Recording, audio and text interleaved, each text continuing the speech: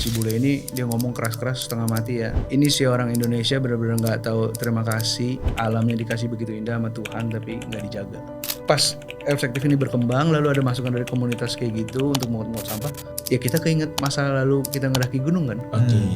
Ya. Dengan senang hati dong kita bisa ngegerakin komunitas bersama-sama, kita ikut berkontribusi secara brand, akomodasinya kita yang urus untuk mengutin sampah itu. Nah cuman emang si sampah ini nggak selesai-selesai juga. Yang paling penting itu kan kesadaran orang yang mendakinya. Betul. Jadilah sekarang kita mulai beralih ke program sosialnya itu kita melakukan revitalisasi jalur pendakian. Kita pasangin pelang penunjuk arah di spot-spot yang misalnya ada belokan supaya orang nggak nyasar. Itu sekarang progresnya udah sampai kurang lebih ada 13 gunung.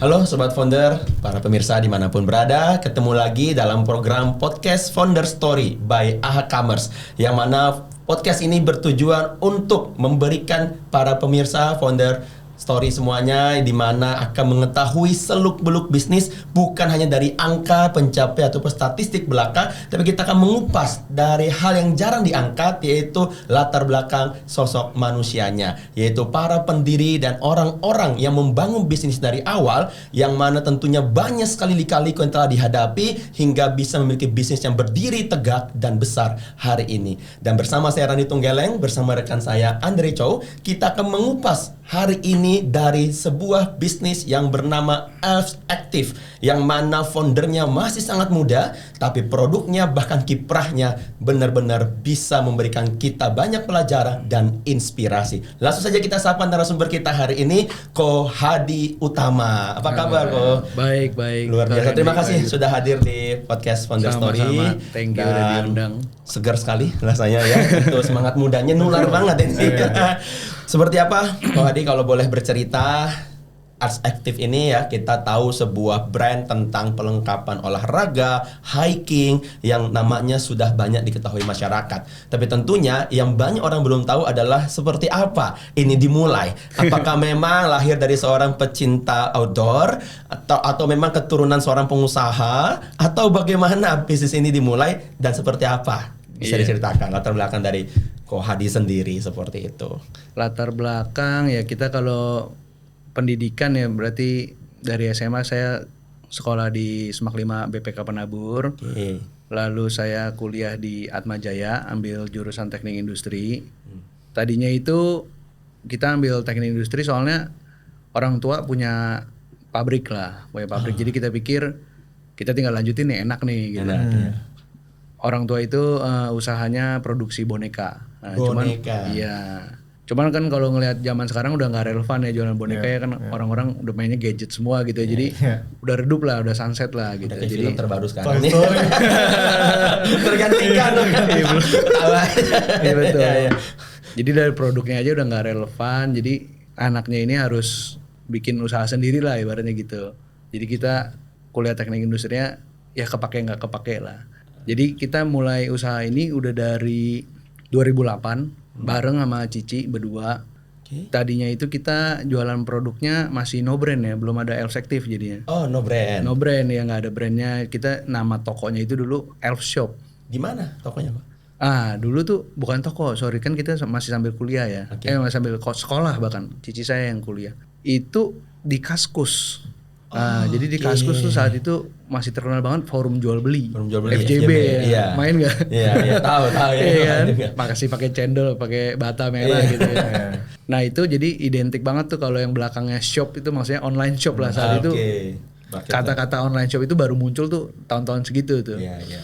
Jadi orang tua saya juga bingung juga, lu ngapain jualan barang di online, siapa yang beli ya? Cuman ya pada masa itu kita coba aja. Tapi jadi itu ngambil barangnya masih beli di Tanah Abang atau di Blok M ya, di pusat-pusat grosir lah. Pakaian ya, berarti memang pakaian. Jual produknya dulu juga barang cowok, soalnya modelnya saya sendiri. Modelnya saya sendiri. Jadi belum perlengkapan sport, tapi pakaian belum. general gitu ya. Casual lah. Polos-polosan gitu, jaket gitu buat naik motor. Nah terus ya sampai sekarang kita beralih ke Efsektif itu karena COVID kan. Jadi dari 2008 kita jalanin bisnis online itu udah 10 tahun lebih sampai 2019 kan COVID. Oke. Nah, pas COVID itu kita agak struggling juga ya, omsetnya kayak turun bisa 50%. Lebih parah lagi juga kan net profitnya turunnya jauh lebih dalam dari 50% ya kan. Kan ada fixed cost kan, kita juga nggak pecat karyawan gitu. Akhirnya kita mulai mikir harus ganti arah nih, harus manuver lain kan. Yang ngetrend saat itu tuh olahraga sepeda. Oh iya, betul. Nah, jadi awalnya kita nggak langsung ke outdoor ini, kita lihat pasar yang ramai apa, ya kita ikutin aja. Jadi dulu jualannya hydropack, water bladder tuh yang selang buat minum. Jadi kita nggak usah turun, bisa langsung minum. Pakai yang kayak celananya yang ada pet busanya gitu kan. Ya pokoknya perlengkapan sepeda lah. Itu pun juga masih no brand saat itu. Masih no brand. Untungnya dengan pivoting ke sepeda itu bisa balik lagi lah, bisa rebound lagi. Cuman kita udah belajar kan dari 10 tahun sebelumnya. Udah nggak bisa nih jualan kayak begini terus kan, maksudnya cuman jual beli doang gitu. Kita mesti main pakai cara beda, yaitu branding kan. Kita mulai nge-branding. Jadi kalau dulu tuh jual beli doang, beli 50 jual 70 misalnya gitu kan. Jadi sebelum COVID datang pun sebenarnya kita juga udah merasa udah berat banget tuh jualannya. Soalnya di tahun 2018-an 2019 itu kan udah mulai ada platform-platform ya. Kalau dulu kan Kaskus doang, nggak ada lawannya. Nggak ada lawannya. Banyak resellernya ambil dari barang kita lagi juga gitu loh. Kalau di platform, di toko oren, toko hijau itu kan mereka bisa bandingin harga dengan mudah. Bahkan suppliernya jualan sendiri. Suppliernya jualan sendiri, jadi modal 50 dia jual 52,5, 55. Iya kan? Waduh, udah nggak bisa begitu lagi kan. Jadi setelah itu kita mulai belajar branding nih. Kita harus ada brand. Jadi kita fokus, kenapa sih lo harus beli barang gua, bukan barang orang lain. Nah itulah muncul Els Active di situ. Ya, itu idenya pertama, nama brandnya itu Els Active itu kenapa, dan apakah itu ide dari Kohadi atau cicinya nih? Cicinya yang punya ide, oh ini Els Active namanya, boleh ceritain nggak? Oh ini Els juga lucu banget sih ceritanya. Kalau awalnya kan tadi udah ada toko namanya Els Shop kan. Els Active tentu aja kita bawa nama Els-nya lagi, terus kita cari kata apa nih keduanya yang buat cocok. Saat itu tuh kita masih sports and outdoor lifestyle. Jadi sports and outdoor, bukannya outdoor doang. Nah kalau nama Els-nya sendiri, itu sebenarnya nama username game online-nya cici saya. Oh gitu. Jadi zaman dulu Kaskus itu, orang kan juga ngobrol-ngobrol nggak cuma FJB doang kan, banyak forum-forum ya. Jadi orang nge-sharing game online itu juga di forum itu. Jadi biasanya nama dari username game online-nya dipakai juga di nama Kaskusnya. Supaya orang tahu itu kita lagi. Jadi dari awal nama username game online itu Els memang. Nah Els itu ada ceritanya lagi sih, itu kesukaannya si cici saya dengan karakter Lord of the Ring yang elves itu kan, yang kupingnya tajam-tajam. Jadi kalau dilihat logonya Els Active sekarang atau Els Shop itu kupingnya, bentuknya sayap itu kan kayak kupingnya itu kan. Tapi sebenarnya kalau sekarang kita memaknainya itu seperti sayap, itu tanda kebebasan lah, bebas untuk bermimpi. Menarik. Kurang lebih gitu. Jadi memang dirintis usahanya berarti memang berdua sebagai saudara bareng-bareng, dan sekarang lebih aktif mengelola Hadi.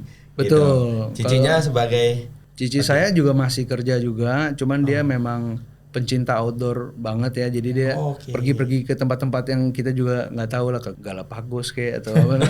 Saya juga kalau dengerin dia cerita pergi kemana saya juga lupa. Jadi sebenarnya dua-duanya memang berarti pecinta outdoor. Betul. Seiring berjalannya waktu produknya selain, karena era sepeda tadi kan kita bisa tahu ya hari ini mungkin nggak se-hype. Udah nggak se-hype itu, betul. Nah akhirnya Elf juga berkembang gitu, memutuskan perkembangan after pandemi. Kita ngelihat kan tadi ceritanya sepeda kan, kita percaya yang cepat naik pasti cepat turun. Jadi lagi peak-peaknya di sepeda itu kita juga udah mikir nggak boleh main di situ terus nih. Jadi kita lihat apa sih yang kita bisa, branding kita bisa masuk lebih sustain dalam jangka panjang gitu. Jadi di Indonesia alamnya itu bagus banget kan. Lalu saya sama cici saya sendiri juga pendaki gunung. Jadi kita udah ada background pengetahuan produknya seperti apa. Ya udahlah, kenapa kita nggak fokus ke produk outdoor aja. Itu kayak cerita yang bagaimana bisa beralih dari sepeda doang atau anak sepeda yang lagi hype-nya akhirnya masuk kan sekarang outdoor kan memang kecintaannya dari sana gitu. Tapi dalam menjalankan bisnis, ini kan bisnis yang agak spesifik ini kan pasti ada penggemar khusus yang memang orang-orang yang senang dengan outdoor, itu ibarat pangsa pasar tersendiri ya. Tapi namanya bisnis pasti kan ada aja kadang kesulitan ya, struggle, walaupun kita mungkin sudah punya niche-nya gitu kita bilang, ada nggak yang dihadapi oleh Elf juga bagaimana struggle dalam bisnis? Struggle sih ya pasti ada ya, cuman kita fokus ke branding aja sih, gimana kita jadi beda di bantah orang lain. Nah, salah satu yang membedakan kita ini, kita fokus ke dampak nyata ya, dampak sosial apa sih yang kita bisa buat. Jadi kita ngegandeng komunitas-komunitas dari Mapala, pencinta outdoor itu kita gandeng semua.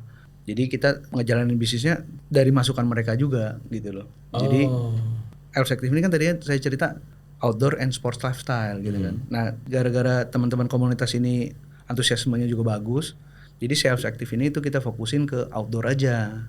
Sedangkan yang sports itu kita bikin brand baru namanya Elfits. Itu belum besar lah. Nah, di Elf Active ini karena kita udah ada, ibaratnya udah ada kolamnya nih, udah ada komunitasnya gitu kan.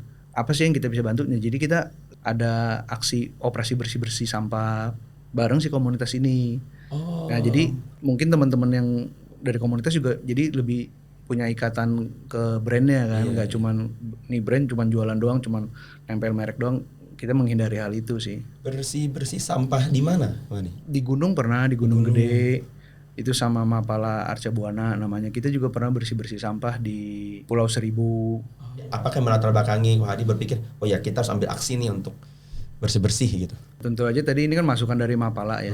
Pas Mapala nyampein begitu, komunitas nyampein begitu, kita setujuin hal ini karena sebagai pendaki gunung juga dulu kita pernah pergi ke gunung-gunung di Indonesia. Beberapa yang paling indah itu kan Gunung Rinjani ya. Di situ tuh banyak bule tuh. Nah si bule ini dia ngomong keras-keras setengah mati ya. Dia ngerasa kita nggak ngerti kan. Dia ngomong bahasa Inggris, saya juga lupa bahasa Inggrisnya, cuman kurang lebih dia bilang ini si orang Indonesia benar-benar nggak tahu terima kasih, alamnya dikasih begitu indah sama Tuhan tapi nggak dijaga. Oh, itu bule ya? Itu bule yang kita lah dari sana. Itu bule, bukan orang kita. Iya. Jadi saya pas ngedenger itu gimana ya, keketuk juga hatinya. Jadi kita saat itu yang mengerin sampah saya doang. Di pendakian trip kita kurang lebih 10-12 orang gitu ya, saya pungut sampah sendiri. Lalu di trip-trip selanjutnya sama temen yang sama kan, saya mulai coba ajak, mau nggak angkatin sampah? Ternyata pada mau. Pada mau, saya juga sampai kaget. Maksudnya kan lagi wisata gitu kan. Waktu itu kita yang ngangkatin sampahnya kedua itu di Gunung Prau. Gunung Prau itu kan relatif pendek ya, nggak susah gitu. Jadi kita mengutinnya semua juga dengan senang hati juga tanpa capek-capek banget gitu. Cuman kita trip-trip selanjutnya lagi itu kan capek juga ya kalau gunungnya tuh yang 3 hari 2 malam gitu, yang tinggi-tinggi gitu kan, ke Kerinci. Kita harus mengutin sampah jongkok-jongkok begitu kan, kaki juga sakit juga kan. Pinggang juga encok gitu. Jadi kita nggak menikmati juga bisa kan jadinya bersihin sampah orang gitu. Betul. Jadi kita terpaksa, aduh ya udah deh nggak usah terlalu idealis lah. Kita mengutin juga nggak terlalu ada artinya juga. Ada lagi sampahnya kan? Ada lagi juga sampahnya. Sampai itu kan kejadiannya jauh sebelum ada Elf Active tuh saya mendaki gunung. Kalau sekarang saya udah jarang mendaki gunung ya, udah punya anak. Lagi mikirin anak. Pas Elf Active ini berkembang, lalu ada masukan dari komunitas kayak gitu untuk mengut sampah, ya kita keinget masa lalu kita ngedaki gunung kan. Dengan senang hati dong. Sekarang kita tanpa harus kita yang mengutin, kita bisa ngegerakin komunitas bersama-sama, kita ikut berkontribusi secara brand, akomodasinya kita yang urus untuk mengutin sampah itu. Jadi sangat senang sekali. Dengan senang hati gitu kita melakukan ini. Dulu hal lama yang sempat dilakukan secara sendiri, sekarang tetap bisa rame-rame gitu lah. Dan rame-rame bisa 30-40 orang gitu. Jadi kan dampaknya jauh lebih banyak dari kita ngangkat sendiri gitu kan. Yang kita harapkan segera adalah program pungut sampah itu bisa berhenti ya. Artinya tidak ada sampah lagi yang dibuang sembarangan ya. Iya, mudah-mudahan begitu. Iya, tapi kalau selama masih ada ya mau tidak mau mudah-mudahan. Tapi harapan kita pasti ya bertanggung jawab ya, setiap orang yang mendaki itu bisa membawa pulang sampahnya, tidak mengotori alam, sampai harus ada 30-40 orang yang ikut berkontribusi mengutin sampah. Kalau semuanya sadar kan harusnya nggak sampai segitunya ya. Tapi ini luar biasa membuat kesadaran kita, mudah-mudahan terpanggil untuk bukan hanya efektif dan 40 orang itu, tapi ya setiap orang yang memanfaatkan alam untuk keindahannya bisa dinikmati ya harus bertanggung jawab. Kalau gunung-gunung itu Ko Randy ada waktu-waktu tertentu tuh memang ditutup. Jadi nggak sepanjang tahun tuh bisa mendaki ke sana karena memang ada pembersihan rutin. Oke. Tapi pembersihan rutin itu mungkin nggak cukup ya. Iya. Sama pemerintah yang dilakukannya. Bisa jadi ya kurang tahu juga deh pengelola sananya lah kurang lebih ya. Nah cuman emang si sampah ini nggak selesai juga. Ya maksudnya yang paling penting itu kan kesadaran orang yang mendakinya gitu. Betul. Lanjut dari masukan komunitas lagi, komunitas juga informasi bahwa operasi bersih-bersih ini ya dilakuin boleh-boleh aja. Kita juga lakuin ini setahun sekali. Tapi nggak terlalu ada impactnya karena sampahnya tetap banyak terus dan gunungnya sendiri pengelolaan gunungnya udah ngelakuin itu juga. Jadilah sekarang kita mulai beralih ke program sosialnya itu kita melakukan revitalisasi jalur pendakian. Revitalisasi jalur pendakian itu maksudnya apa? Kita pasangin pelang penunjuk arah di spot-spot yang misalnya ada belokan supaya orang nggak nyasar gitu. Oh itu penting banget sih. Jadi kita malah ke arah situ sekarang. Itu sekarang progresnya udah sampai kurang lebih ada 13 gunung kali. 13 gunung? Banyak sih udah. Wah berarti Cuman gunung yang kita pasangin itu memang bukan gunung-gunung yang udah terkenal. Lebih ke gunung-gunung biasanya di daerah Jawa Barat sih, gunung-gunung pendek lah sekitar 1.500 atau di bawah 1.000 mdpl. Itu karena kita kan mau kawinin program sosialnya dengan brandnya kan. Jadi brand Elves Active itu kita mau ngajak orang-orang kota ini nih yang belum pernah mencoba petualangan pertama ke alam untuk segera coba dulu. Coba dulu ke alam. Jangan takut, ada pelang penunjuk jalannya kok. Oh iya. Kurang lebih seperti itu sih. Biar nyaman lah. Dan itu berizin nggak untuk proses pemasangan pelang itu? Berizin, tentu aja berizin. Oh ada berizin. Jadi setiap gunung itu kan ada pengelola setempat. Pengelolanya itu kan memang udah ada ke RT, kelurahannya segala macam lah. Ke bagian pemerintahnya udah kita urusannya pengelola yang urus bagian pemerintahnya. Jadi penunjuk jalannya dipersembahkan oleh Elves Active gitu ya. Iya. Mungkin nuansanya, warnanya, atau mungkin ada tulisan Elves Active-nya gitu ya sebagai biar orang juga tahu gitu ya. Ya bisa sekalian branding tipis-tipis lah. Kalau dari Bro Hadi sendiri, inisiatif itu apakah itu langsung impact directly ke bisnisnya atau sebenarnya ini program benar-benar CSR yang memang mau bring impact to society yang pendaki ini? Kalau dibilang ke brandnya bagaimana pengembaliannya tentu aja enggak ya. Jadi lebih ke kita juga seneng nih, kita juga pendaki, kita juga seneng. Ya branding juga sekalian branding. Cuman kalau ditanya orang normal mau nge-branding ke jalur sana nggak, saya rasa sih belum tentu ya. Iya. Berarti ini panggilan aja dulu. Emang kita seneng juga gitu kayak bagus ya, kita juga bangga loh bisa ada impact kayak begini gitu. Jadi merasa memang memiliki karena memang di sana. Nah, saya tertarik bicara sampah. Kalau saking banyaknya sampah, wah dia di sana itu maksudnya emang sampah nggak sengaja jatuh karena jenis sampahnya atau setelah evaluasi dari efektif, itu sampah emang apakah para pendaki atau pengunjung itu memang kadang-kadang sengaja buang sampah dengan sadar gitu atau kan bisa dia mungkin bener-bener emang gimana ya ceritainnya ya. Sampahnya tuh bahkan bukan yang dia nyemil permen atau coklat lalu dibuang karena kecil gitu. Sampahnya tuh bisa mie instan gitu. Dia jadi di tengah jalan mungkin dia nggak pakai guide atau gimana kali ya. Ini juga ada permasalahan gunung, nanti saya ceritain lagi. Jadi dia mungkin langsung menepi di pinggir jalan, dia langsung buka kompor masak, sampahnya itu langsung dibuang. Jadi sengaja. Bahkan misalnya sekarang kan kita program sosialnya itu pemasangan pelang kan. Pemasangan pelangnya juga dicoret-coret kan, vandalisme kan. Jadi emang sengaja. Ini satu hal yang harus kita memang misalnya di pemasangan pelangnya itu kan selain penunjuk arah kita juga kasih tahu jangan buang sampah di sini atau misalnya dilarang camping di area ini. Itu juga dilarang camping di area ini, dia pasang tenda persis di bawah pelang yang kita bikin. Jadi kadang-kadang ya kita juga bingung juga, tapi ya udahlah harus dihadapin aja. Kayak nggak asing sih kebiasaan itu memang di sini. Kita sering ada di mana ada petunjuk dilarang atau himbauan malah di situ juga eksekusinya ini. Dia dilarang adalah perintah. Perintah malah ya. Ini kayak kita harus perbaiki bareng-bareng sih ya, sobat founders. Mudah-mudahan menonton ini kita sadar lah ini kita yang bertanggung jawab bersama loh merawat keindahan alam diberikan pada kita untuk dinikmati gitu ya. Sayang kalau minsa tuh harusnya tuh sangat bisa untuk diamankan ya, bukan nggak sengaja jatuh bener gitu. Kalau permen oke lah. Sekarang kan malah diledekinnya ini kayak ada tempat wisata bagus nih, orang ada tahu, dia nggak mau diviralin justru supaya nggak kotor. Nah kalau tempat-tempat yang udah viral yang udah sekarang tuh naik gunung tuh bukan cari ketenangan, fashion show. Korendi kalau Korendi naik gunung nggak?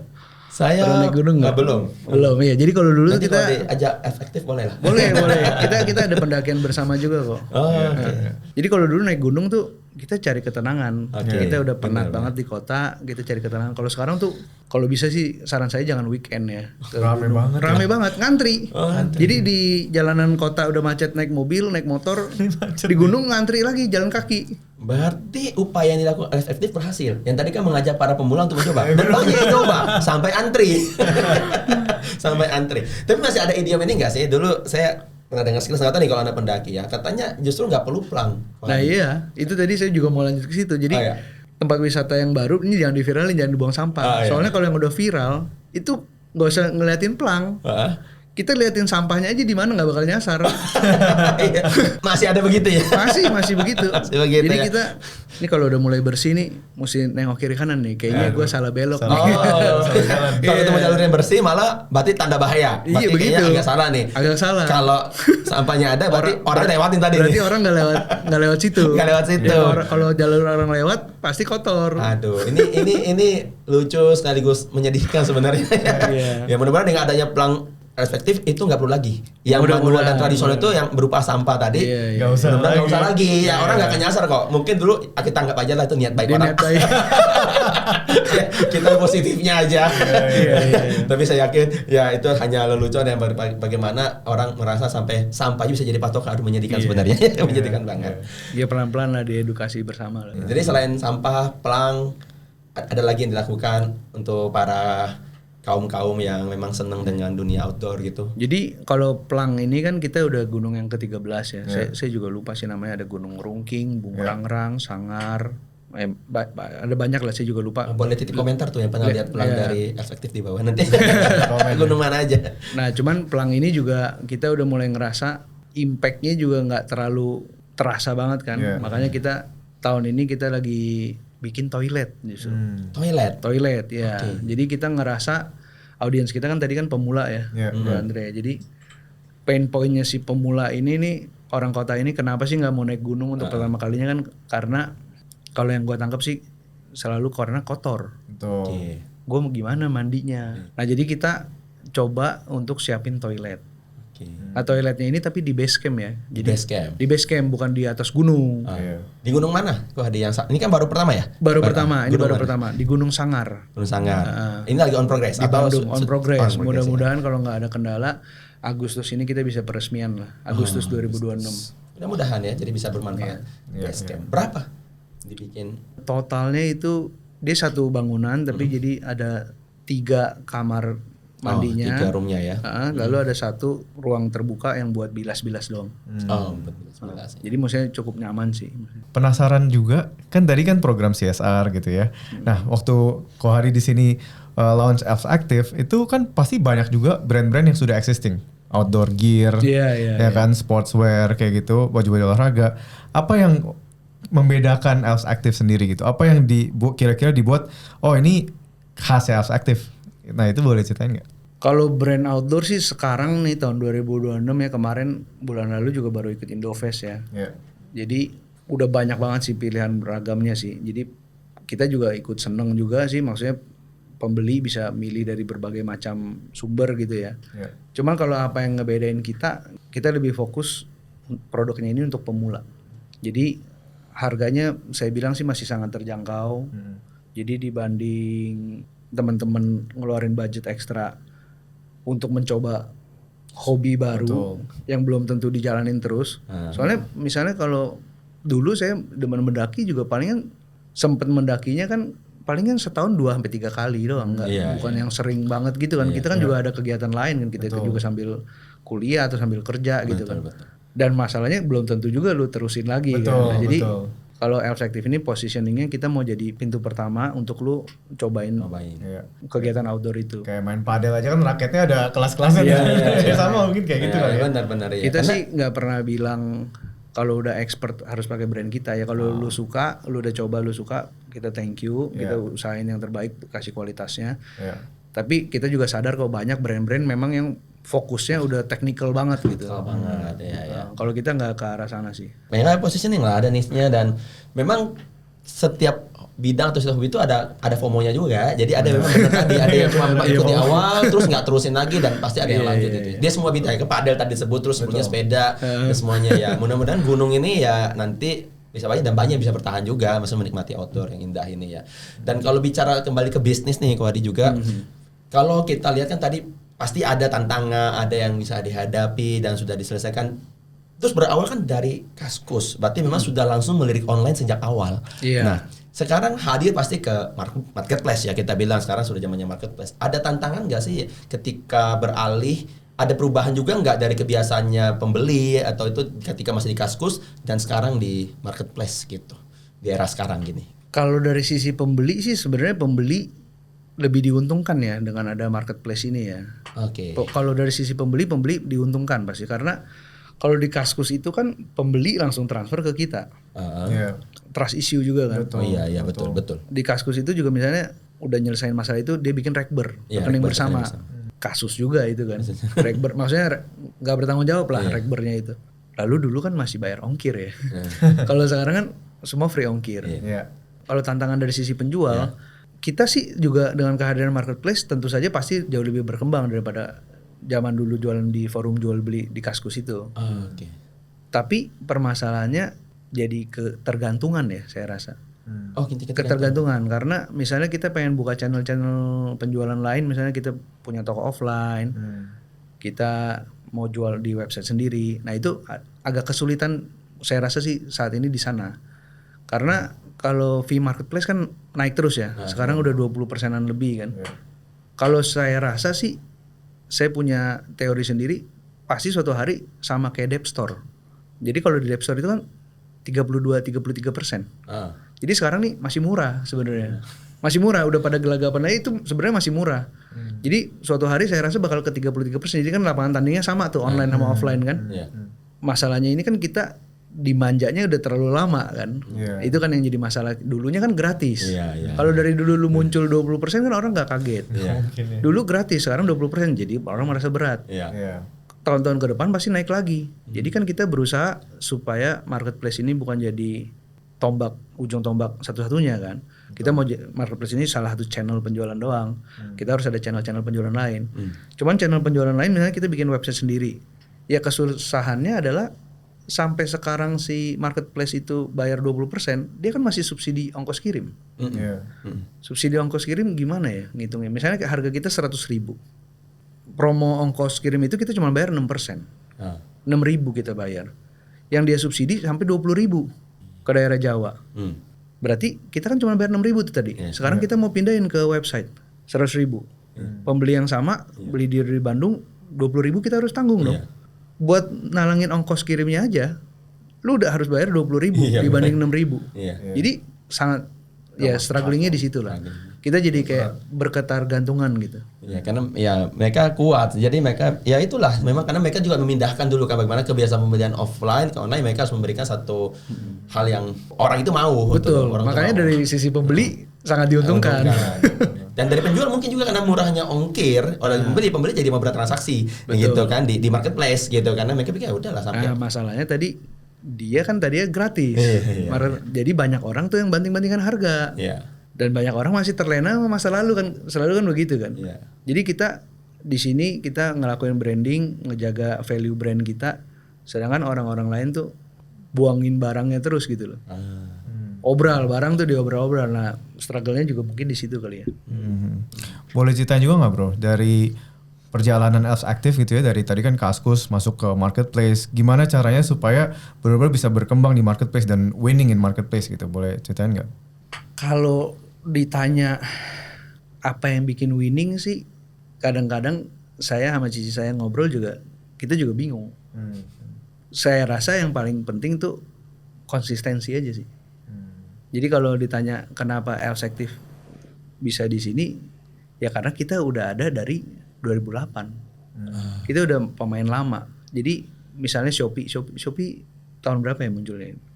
2015-2016an kali. Iya, sekitar segitu lah ya. Baru mulai naik gitu. Pas dia baru masuk kita udah ada. Kita udah buka toko pas dia mulai ada. Bahkan dulu tuh sebenarnya udah ada marketplace sebelum si Shopee atau Tokopedia ini tuh sebelumnya tuh udah ada QOO10, Elevenia, Venia. Rakuten apa. Mungkin teman-teman nggak terlalu tahu kali ya, itu nggak terlalu booming soalnya dia nggak terlalu bakar duit gimana. Tapi pas mereka ada itu kita juga udah masuk. Itu masih zamannya Kaskus, bersampingan dengan Kaskus kita juga masukin ke channel-channel marketplace seperti itu. Jadi memang efektif ini sudah adaptif banget dengan marketplace atau dengan dunia online. Nah, tapi sekarang kompetitor di dunia marketplace juga ya sudah pasti lebih berat dan lebih ramai lah dibanding zaman itu yang tadi Fadi bilang. Berarti kan tantangan menjadi kayak tim, staff itu harus terus menguasai juga cara bagaimana mungkin mereka edge-nya, ya bagaimana mereka bertarung lah di dunia itu. Sampai apa sih harus dilakukan oleh mungkin para founder di luar juga lagi bingung gitu ya bagaimana membuat bisnis online mereka tuh bertumbuh di marketplace, karena banyak juga yang macet gitu kan. Mereka bingung, duit iklannya habis, omsetnya nggak ada, atau harus mungkin kerjasama dengan para profesional atau seperti apa? Berat ini ya pertanyaannya. Apa yang harus dilakukan sih? Saya juga nggak ngerasa efektif sampai hari ini karena ada orang yang pinter, cuman gua doang yang bisa atau gimana sih? Kalau gua prinsipnya selalu kita misalnya ada keputusan A atau B kan, selalu kan ada plus ada minus kan. Ya, yang penting kita berani ambil keputusan. Kita pilih dulu salah satu misalnya A gitu. Ya kalau A ini setelah 1, 2, 3 bulan nggak jalan, ya kita bertanggung jawab aja atas keputusan yang gua ambil. Ya gua salah. Jangan idealisme. Ya kita ambil keputusan B. Ya udah segampang gitu aja. Jalanin aja terus. Makanya tadi gue bilang kita ini udah jalan dari lama, dari 2008. Nanti juga nyampe juga kok. Iya. Nggak perlu ilmu gimana juga. Yang penting jalanin aja terus. Jalanin, mentok. Oh ya udah, pakai jalan lain. Ya kalau orang yang maksudnya mohon maaf bego itu kan, lu udah tahu mentok, lu coba itu terus. Lu coba sadar dulu. Kita kadang-kadang kalau cerita motivasi mentok hajar terus, tapi kan dia hajar pakai cara yang berbeda, bukan pakai cara yang sama gitu loh. Ya benar, strateginya diganti ya benar. Gitu sih, jadi ngikutin aja terus. Ya, kalau dari menurut Bro Hadi sendiri, penting gak sih buat pilih partner yang benar gitu di marketplace? Oh udah pasti. Udah pasti, dengan partner yang benar itu jadi ada lawan bicara lah. Maksudnya zaman sekarang pakai AI pun, tiap hari juga udah pakai AI. Tapi kan kita kalau ngobrol sama partner yang bener punya kepentingan yang sama gitu kan. Jadi lebih enak lah ngobrolnya. Jadi bisa ada trust juga, terus juga kita nggak merasa sendiri di perjalanan ini gitu kan. Dengan partner yang benar juga kita juga pembagian tugasnya juga bisa enak gitu kan. Misalnya kayak kalau AHA ini di sini kan lebih fokus ke sisi marketplace-nya kan. Jadi kita sebagai brand owner bisa fokus ke ngembangin brandnya nih, positioningnya mau dikenal sebagai apa gitu. Impact apa sih bro yang benar-benar dirasain sama Else Active gitu ya setelah kita kerjasama kan udah cukup lama nih, udah dari 2022 bahkan gitu ya. Nah impact yang benar-benar dirasain dari awal sampai sekarang, makanya Bro Hadi tetap terus lanjut kerjasama sama kita juga. Impact yang paling penting sih waktu ya. Misalnya kita mau ngerjain semua sendiri, lu bisa dapat untung lebih gede. Atau misalnya nggak usah ngomongin partner deh, ngomongin pegawai misalnya. Lu pegawai misalnya harusnya 20, lu 10 doang, bisa-bisa juga. Bisa-bisa juga lu jadi untung lebih banyak. Tapi kan jadi nggak doing well gitu. Maksudnya kalau ada apa-apa, lu harus berkecimpung di sana. Tapi kalau kita bikin tim yang bagus, harusnya pegawai 20 kita 20, kita kan jadi bisa narik diri dari sisi operasional. Begitu juga dari partner kita bisa narik diri dari pekerjaan itu, kita cuma mantau doang kan. Jadi kita bisa fokus ke yang lain. Waktu sih yang paling penting. Memang karena dengan waktu yang bisa diolah dengan lebih baik itu kadang bisa muncul ide, bisa muncul ekspansi ya. Kita bisa jejaring lagi dan segala macam, dan memilih partner yang memang profesional di bidangnya itu ya sangat-sangat penting gitu kan, supaya membuat lajunya lebih cepat gitu loh, bisa lebih scale up dan segala macam ya. Dari situlah LFT memilih untuk bersama dengan AHA dan sampai hari ini gitu ya. Betul, dengan AHA commerce-nya luar biasa. Dan melihat perjalanan LFT yang di mana sudah banyak kontribusi bukan hanya di produk, sudah masuk ke branding, bahkan sekarang sudah sampai ke saya bisa bilang sosial gitu ya, kepedulian pada lingkungan. Nah sebagai founder ya melihat perjalanan hampir 2 dekade lah kita bilang ya, sudah hampir 20 tahun dengan lika-liku yang nggak berasa juga. Iya nggak berasa. Padahal soalnya masih muda banget dan 20 tahun itu bukan waktu pendek gitu ya. Jadi luar biasa dari muda sudah mulai. Di luar sana hari ini banyak anak-anak muda yang juga bermimpi untuk menjadi seorang pengusaha ya, ingin membangun brand sendiri, ingin bangun usaha sendiri, tapi tidak semuanya berani dan tidak semuanya berhasil gitu. Ada yang berani tapi belum berhasil ya, ada yang belum berani bahkan dan segala macam, mungkin safety netnya dan segala macam mereka pikirkan. Nah kalau dari Ko Hadi sendiri ya melihat kondisi seperti ini hari ini, apa sih yang harusnya dimiliki oleh para calon-calon founder yang mungkin pernah dialami juga oleh Ko Hadi dan cicinya gitu ya sebagai saudara ketika mau melangkah awal gitu loh? Pasti kan ada keraguan gitu ya. Aduh, ngurusin orang tua punya boneka udah jalan nih, tapi bisa ada off, ada masa akhirnya. Tapi memulai yang baru kan penuh ketidakpastian. Nah, kalau boleh sedikit kita lihat mundur, apa sih yang harus dimiliki oleh setiap orang yang mau merintis gitu loh, supaya maju dan terus bisa bertahan gitu. Mungkin tujuan kali ya. Kalau tujuannya jelas, maksudnya kadang-kadang kan orang dia udah ada pekerjaan tetapnya, dia pengen buka usaha, cuman buat sekedar nambahin pemasukan. Kalau lu mau nambahin pemasukan doang, lu upgrade diri lu aja supaya nanti di pekerjaan tetap lu itu lu naik pangkat gitu kan. Nggak perlu juga lu harus usaha, kan banyak jalan kan semua. Makanya balik lagi tujuan lu apa.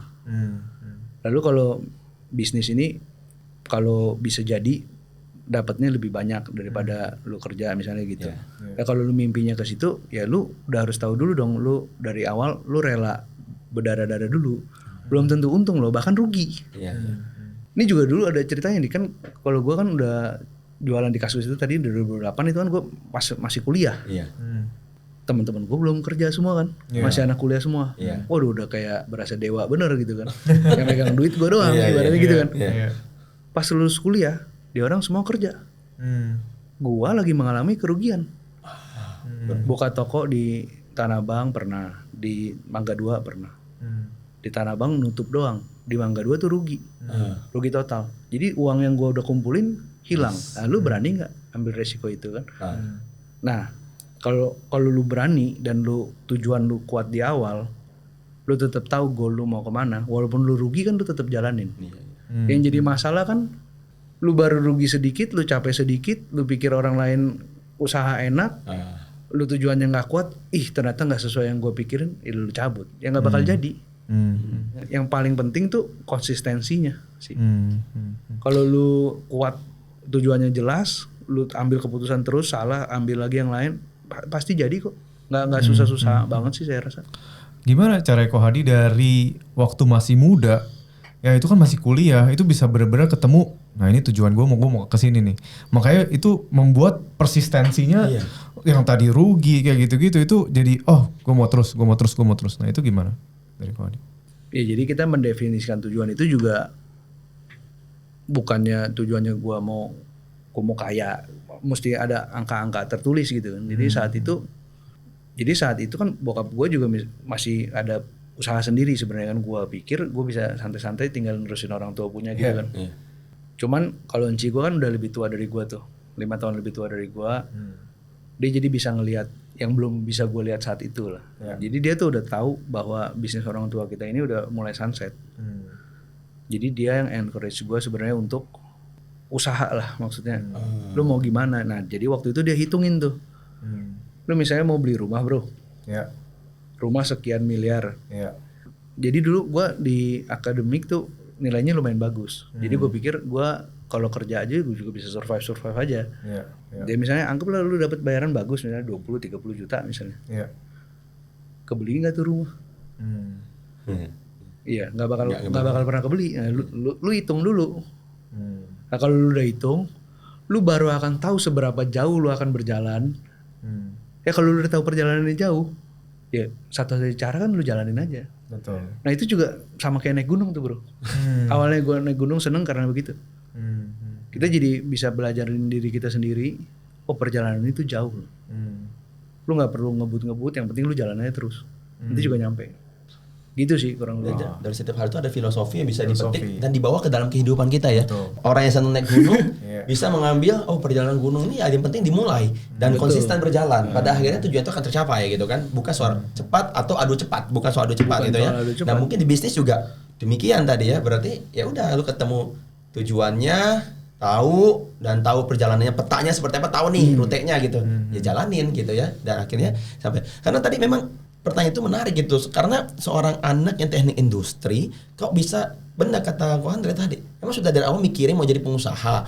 Ya kan, kalau mau jadi pengusaha harusnya jurusannya bukan itu gitu loh. Karena bicara goals tadi kan, ternyata karena kisah dari Cecenya bercerita, bahwa orang tua kita bisnis sudah sunset gitu ya, dan tadi pikirnya bisa enak-enak, ternyata ya harus merintis sendiri kalau ingin long term gitu, yang panjang gitu. Itu luar biasa. juga sesuatu yang tiba-tiba langsung keinget, oh ini pernah baca di bukunya Stephen Covey.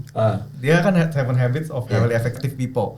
Nah, habit nomor 2 adalah begin with the end in mind. Nah, tadi Bro Hadi udah mikirin, ini kalau gua kerja profesional, gaji lumayan besar gitu ya, apakah gue bisa beli rumah? Nah, ternyata nggak oke, dan dia mulai pikirin, oh ini kalau misalnya gue terus kesini, jalannya kayak gini panjang jauh kayak lihat gunung gitu ya. Gitu. Nah itu gue harus mulai jalanin pelan-pelan, jalanin. Itu keren banget Ya. Jadi ternyata di balik setiap hobi, kalau kita bisa bilang di balik setiap hobi itu bisa saja memunculkan sebuah ide dan sebuah karakter ya. Betul. Jadi apapun hobinya founders dari luar, siapa tahu dilihat lagi bisa jadi sebuah peluang bisnis. Seperti yang dilakukan oleh Ko Hadi. Kalau boleh berbagi cerita nih, 1-2 poin yang bisa dibagikan ya untuk kepada para pemirsa, para sobat founder, atau mungkin mereka juga adalah seorang perintis hari ini, Ko Hadi, yang bisa mereka aplikasikan ya dalam kehidupannya di bidang-bidang masing-masing. Apa yang bisa Ko Hadi bagikan? Kadang-kadang tuh jawabannya udah pada tahu semua kok dalam diri sendiri gitu. Oke. Ya tinggal lakuin aja sih. Gua kan tadinya tinggal di dekat toko nih, dekat Green Lake, dekat kantor gitu. Sekarang gue kan pindah ke dekat istri, tinggalin di Taman Palem, kan jauh tuh. Tiap hari gue pulang naik mobil tuh gue dengerin podcast Ini bagus. Podcast ini ya?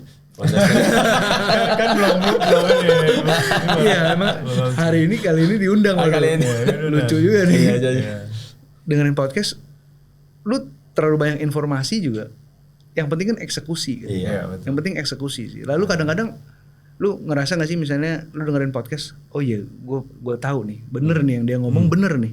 Ya memang lu udah tahu dari awal, lu nggak mau jalanin aja. Jadi kalau nanya apa yang bisa diaplikasikan ya berani aja, jalanin aja dulu. Apa yang sudah ditahu hari ini, jalanin gitu ya. Nanti perbaiki kalau itu belum sempurna, belum bekerja gitu ya. Belum maksimal, diperbaiki terus gitu. Iya, memang jangan cari kesempurnaan. Kalau kita cari kesempurnaan dari awal kita nggak jalan-jalan. Jalanin aja dulu dari apa yang lu udah punya. Maksudnya yang dipunya ya, betul. Maksudnya misalnya kita kan dari tadi cerita Effective ini kan brand outdoor. Itu kan ada backgroundnya. Jangan juga lu dengerin podcast ini tiba-tiba lu bikin brand outdoor gitu kan. jadi saingan gitu. Maksudnya lu di rumah jangan-jangan ibu misalnya bikin kue. Ya branding lu ke arah kue itu. Ya, jadi strength-nya di mana, ada hari ini, ada opportunity-nya. Ya nggak harus niru orang terus gitu loh maksudnya. Karena kebanyakan orang kan nunggu informasinya full dulu, roadmap-nya, petanya semua jelas ke arah sana gitu. Maunya apalagi disuapin lagi ya. Di Indonesia kan gitu, maunya disuapin. Nggak bakal bisa. Iya kan, padahal sebenarnya waktu kita mulai jalan, mulai ketemu tuh. Baru ketemu. Betul. Kayak naik gunung, tiba-tiba ada sign Elves Active. Ini arah sini nih. Bisa masuk. Sambil jalannya bisnis juga sebetulnya sering banyak waktu ketemu tuh CBO-nya AHA ya. Jadi solusi juga ya. Sama tahu nantinya bisa membantu ketika ada seragam. Pokoknya intinya pasti ada solusi ketika kita berjalan dan ketemu permasalahan, baru kita cari solusi. Bukan di awal tapi tidak bergerak ya. Malah semuanya tidak akan sampai kemana-mana. Seperti seorang pendaki ya. Kalau cuma aduh enak naik gunung ini, pengen ke sana pengen ke sini, tapi nggak pernah datang ke titik awal, ya sampai kapanpun juga tidak akan pernah mencapai puncak gunung gitu ya. Hanya menjadi cita-cita gitu. Seperti itu, keren banget sih. Terakhir ya Ko Hadi, terakhir ini ya, tidak minta lagi deh untuk tips-tips. Karena intinya silakan jalankan. Tapi kalau boleh menutup dengan sebuah quotes deh, quotes ya, kutipan yang bisa menginspirasi dan bisa memorable banget buat para pemirsa semuanya. Boleh berbagi sedikit Ko Hadi, yang mungkin pernah dipegang atau mungkin diciptakan sendiri, nggak apa-apa untuk kita semua. Ya teman-teman yang tinggal di Indonesia yang belum pernah ke alam, cobain dulu lah. Cobain dulu petualangan pertamanya, mulai dulu. Alam ya. Jadi lu baru akan tahu betapa indahnya Indonesia gitu. Ya, kita sudah sering dengar Indonesia begitu indah, tapi kalau tidak membuktikannya sendiri sepertinya hanya kisah ya, hanya kisah. Tapi kalau berhasil membuktikan sendiri, kita sah menjadi orang Indonesia. Terima kasih Ko Hadi atas ceritanya, atas sharingnya, sangat benar-benar bisa menginspirasi ya dan sangat menyenangkan untuk didengar. Banyak sekali hal yang bisa kita pelajari. Mudah-mudahan Sobat Founder di luar sana semuanya menyaksikan ini.